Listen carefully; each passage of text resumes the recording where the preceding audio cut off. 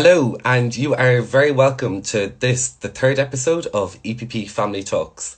My name is Gareth Gregan, and I work at the press department of the EPP HQ in Brussels.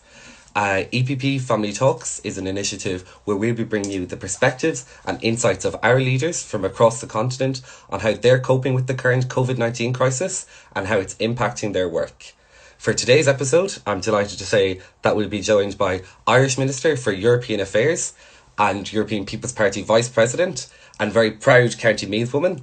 It's Minister Helen McEntee. I can see that she's ready to join the call now, so I'll just add her. Minister McEntee, thank you very much for joining us. If you're ready to join.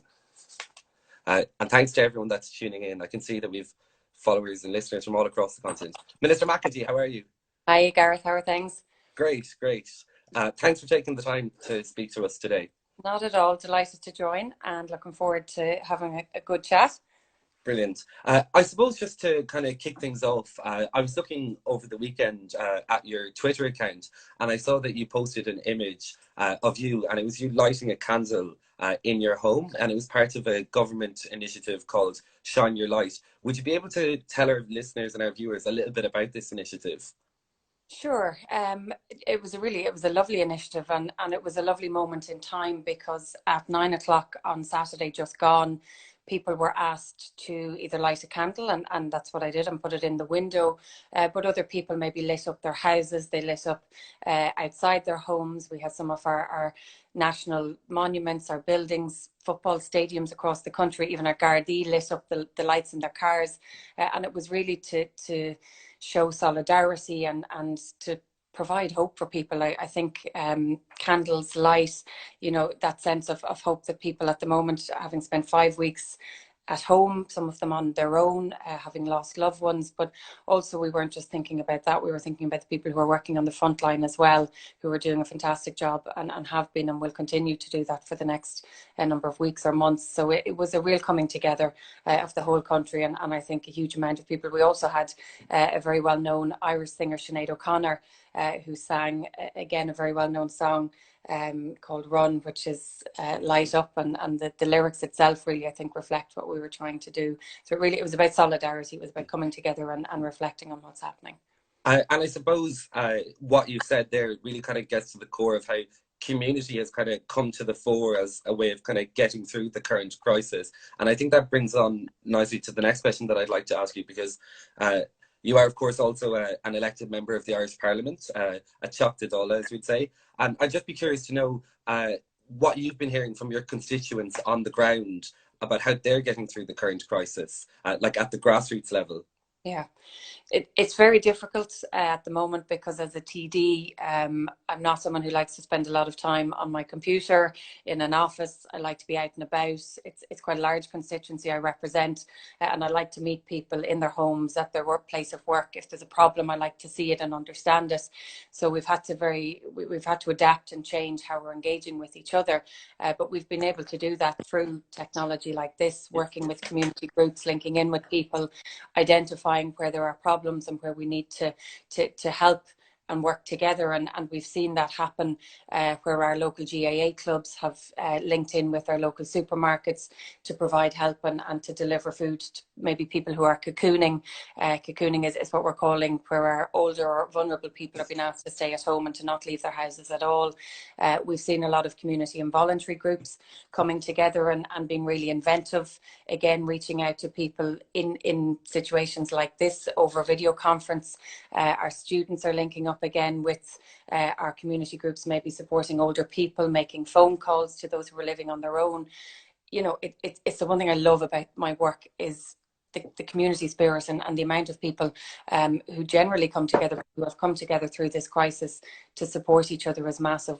We've tried to, at a government level, provide that financial support as well, so these community and voluntary groups can continue to do what they're doing. But it's very difficult. I think everybody's heard the phrase at this stage, to come together we must pull apart. Yeah. And for Irish people it's not natural.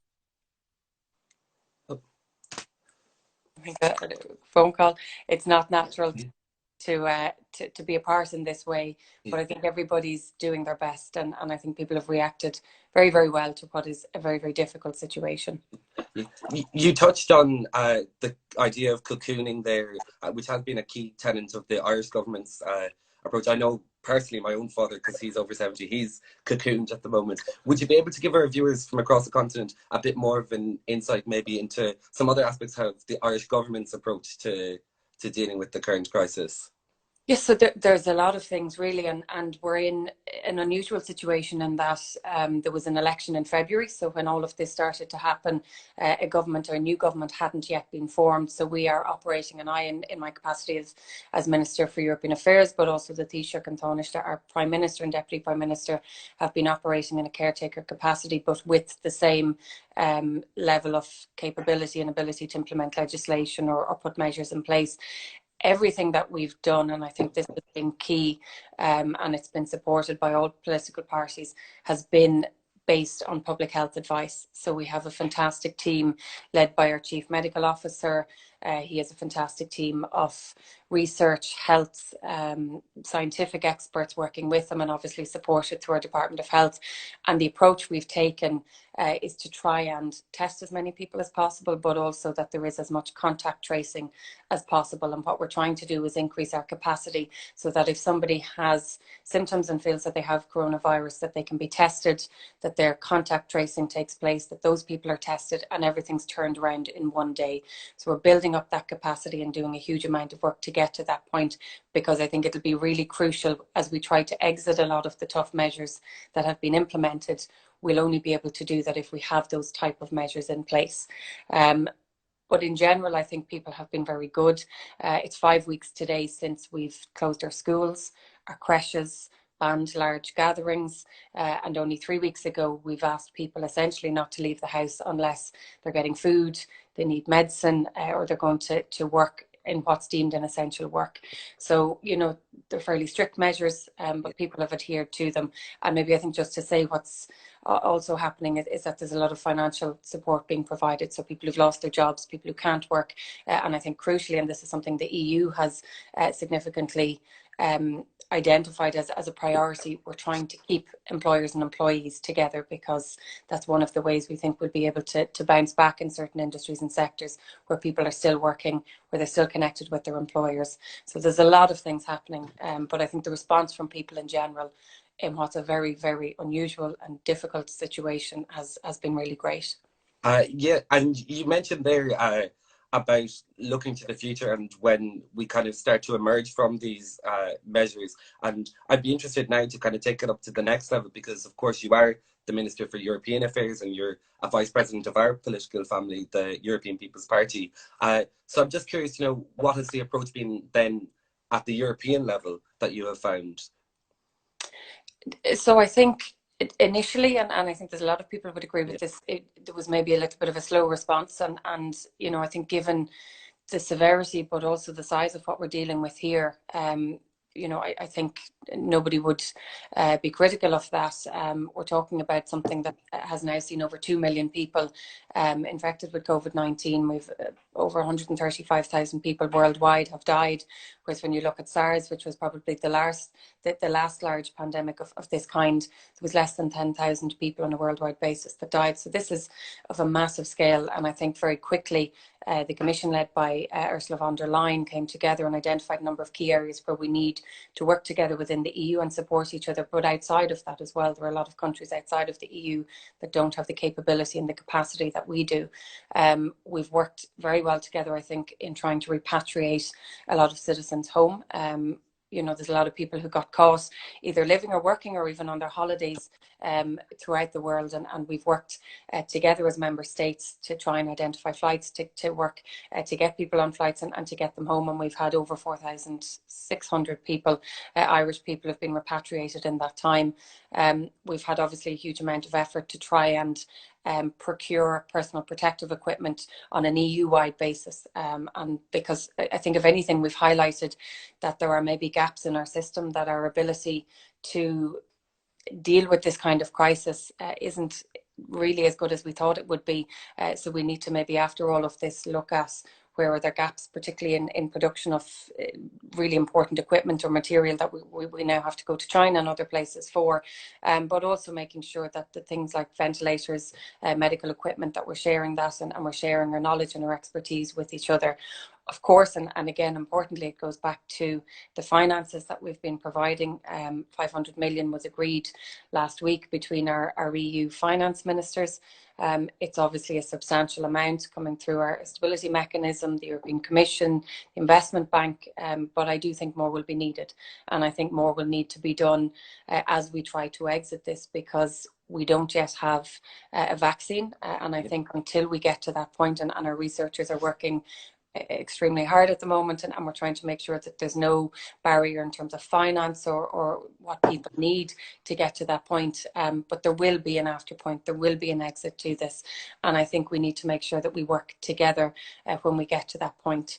We've seen, obviously, some member states have started to ease some of their restrictions, albeit very gently, and quite minimal easing of restrictions, but I think it allows other member states who are maybe a few weeks behind to see how that's working, to share that information and that knowledge, and to make sure that when we get to that stage that we're doing the best that we can to prevent this from increasing or spreading, or from maybe bouncing back to a severe position. So there's a lot of things happening.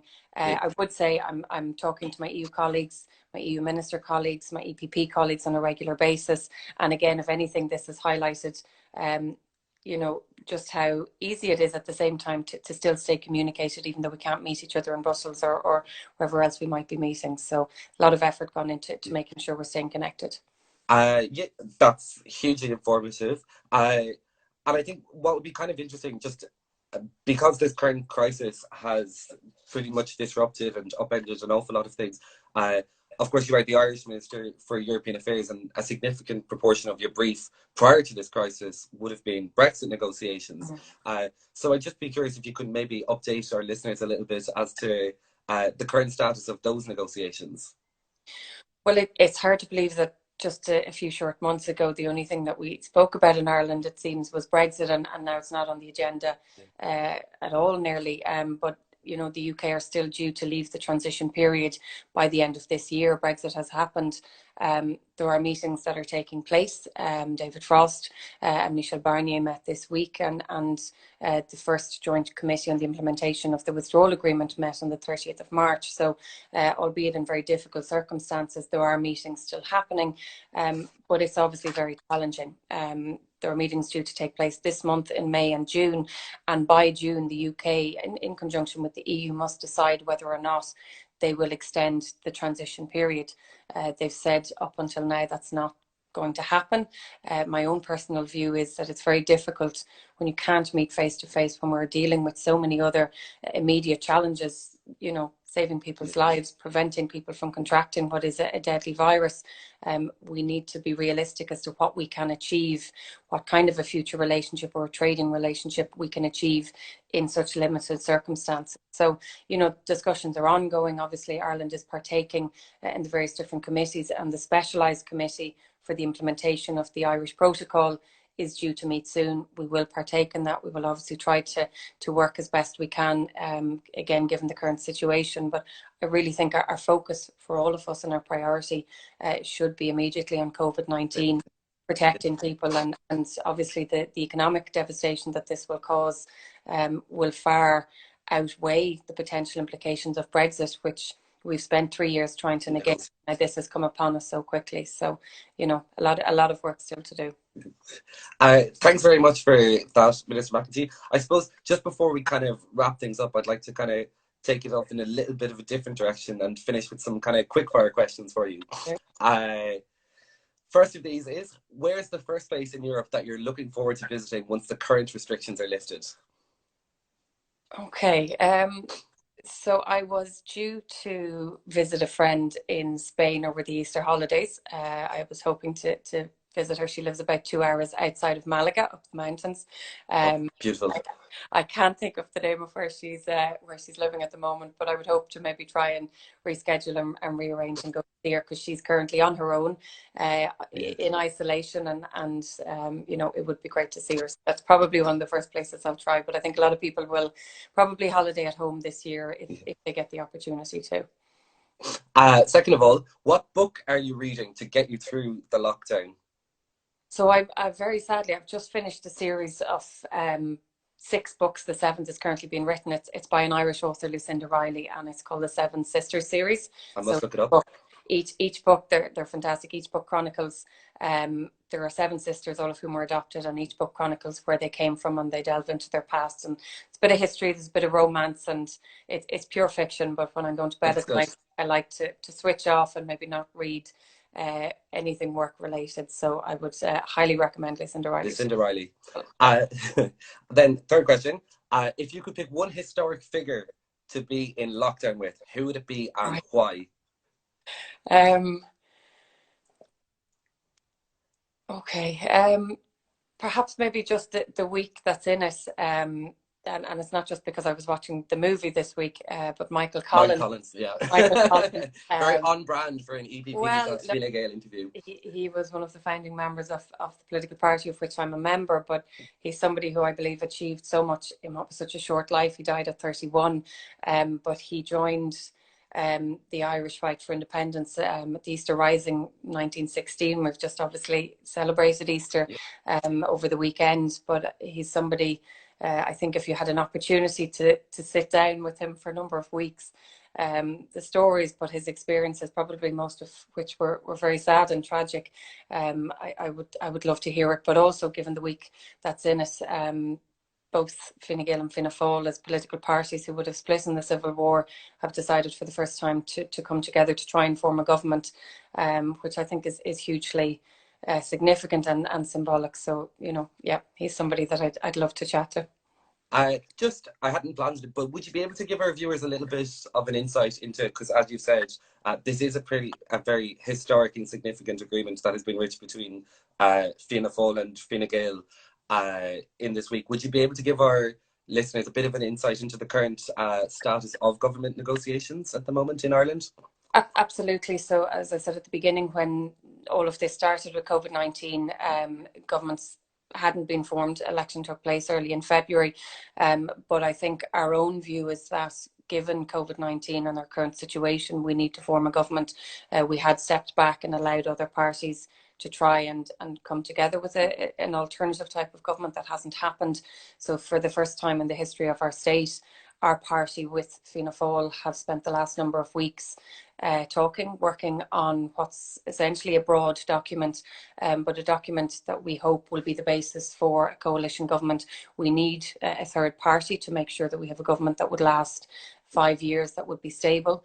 And so, having published the document yesterday, bringing together both of our priorities and our principles, but leaving it open enough that a third party can come in. We're hoping over the next few weeks to engage with some of the smaller parties and to try and form a government, because, now is the time to put a lot of party politics aside. It's about trying to do what's best, and given the seriousness of the situation, I hope that we can form some government in the next few weeks. And just before I ask you the final question, I can just see there's a lot of people commenting on it here. We've people from pretty much every corner of Europe, from Malta, from Hamburg, lots of people from County Meath. So Brilliant. go on the Royals. I can talk to them on this, but I can't see them in person. But anyway, hi to everyone. I think half of County Meath have joined the call. But then, but it's great. It's great to get your perspective at this stage of government formations, because, as you say, like, this will have wide-reaching ramifications, not just for Ireland, but for the entire European Union. And my final question to you is, and because prior to your experience as Minister for European Affairs, you also served as Minister for Mental Health. So I'm just wondering if you have one tip to give to our viewers on getting through the current lockdown. what I would say is stay connected, whether it's, in this kind of a format. It's important to be able to talk to friends and families, but also get your exercise in. You don't have to be a runner. You don't have to be somebody who plays sports, even if it's just going for a walk to clear your head. I've had a few days myself where it feels like the days are rolling into one.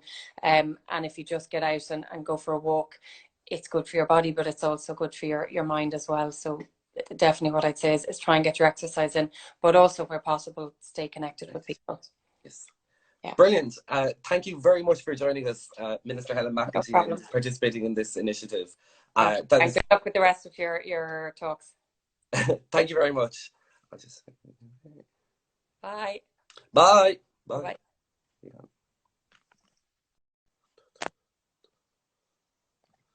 So that was Irish Minister for European Affairs and EPP Vice President, Minister Helen McEntee. Our series of interviews with EPP family members will be continuing tomorrow with European Commission Vice President and Commissioner for Demography and Democracy, Dubravka Suica, and that will be at 2 o'clock tomorrow. Thank you very much for everyone that has listened today.